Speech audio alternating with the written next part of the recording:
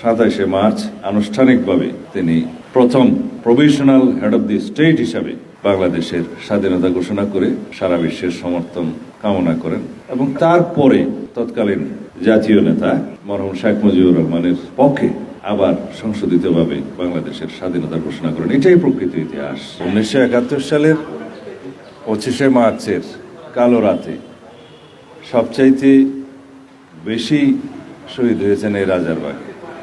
প্রথম ম্যাসাকার গণহত্যাটা শুরু হয়েছে এই রাজারবাগ পুলিশ লাইনে। এখান থেকেই পরে ঢাকা বিশ্ববিদ্যালয়, জগন্নাথ হল এবং অন্যান্য জায়গায় পাক হানাদার বাহিনী গণহত্যা শুরু করে।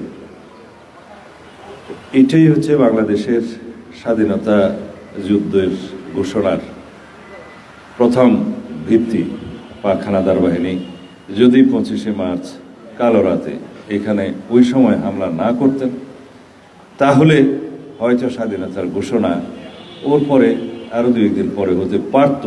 কিন্তু এই ঘটনা আমাদের জাতিকে বাধ্য করেছে।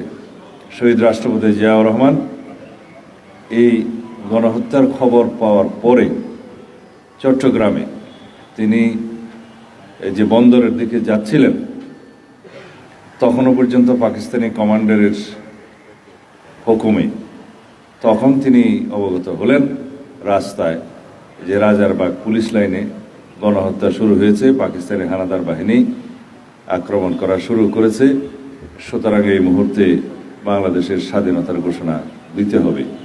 তখনই তিনি মন স্থির করেছেন এবং 16 শহরে তার নিজস্ব সামরিক যেখানে বেস সেখানে যে তার কমান্ডারকে অ্যারেস্ট করলেন, সম্ভবত লেফটেন্যান্ট কর্নেল জানজোয়া তার নাম, এবং পরবর্তীতে তাকে হত্যা করা হয়।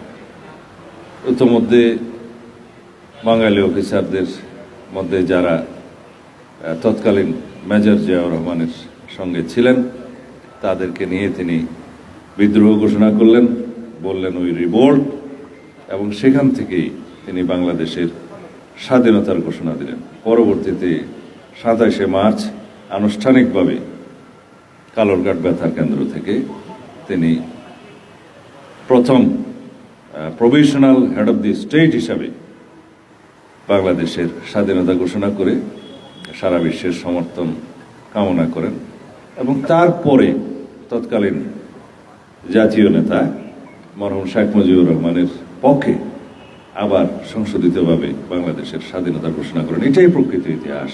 আজকে স্বাধীনতা দিবস উপলক্ষে রিলেটেড কোয়েশ্চেনগুলো ভালো হতো, তারপরে আমি এই বিষয়টা বলি। শহীদ ওসমান হাদি হত্যার সাথে যারা অভিযুক্ত, তদন্ত কার্যক্রম চলছে। একবার চার্জশিট প্রদান করা হয়েছিল, সম্ভবত নারাজি দেওয়ার কারণে পুনরায় তদন্ত হচ্ছে।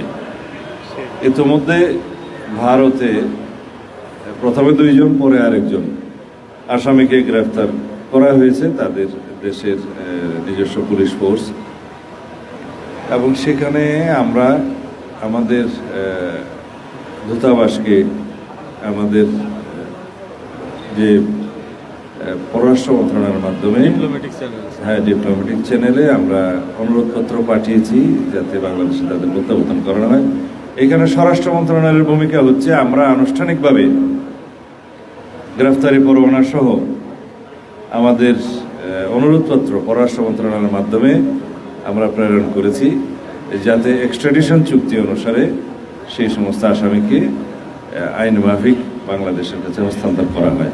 আমরা এখন বেশ কিছু পৃথিবীর উন্নত রাষ্ট্রের সাথে কথা বলছি বাংলাদেশের পুলিশ সংস্কারের জন্য। আমরা যে সমস্ত পদক্ষেপ নিতে চাই আরও বেশি মান উন্নয়নের জন্য, বিভিন্ন ক্ষেত্রে ক্যাপাসিটি বিল্ডিংয়ের জন্য, যাতে আমরা পুলিশ বাহিনীকে আরও সমৃদ্ধ করতে পারি, সেই জন্য আমরা সহায়তা চাচ্ছি। সেটাকে অনেক সময় বলা হয় যে অ্যাডভাইজারি সাপোর্ট আছে, টেকনিক্যাল সাপোর্ট আছে, ট্রেনিং আছে, ক্যাপাসিটি বিল্ডিং আছে। এই সমস্ত ক্ষেত্রে আমরা যেখানেই উন্নত রাষ্ট্রগুলোর কাছ থেকে সহায়তা পাবো তাদের কাছ থেকে সেই সহায়তা চাচ্ছি। ধন্যবাদ।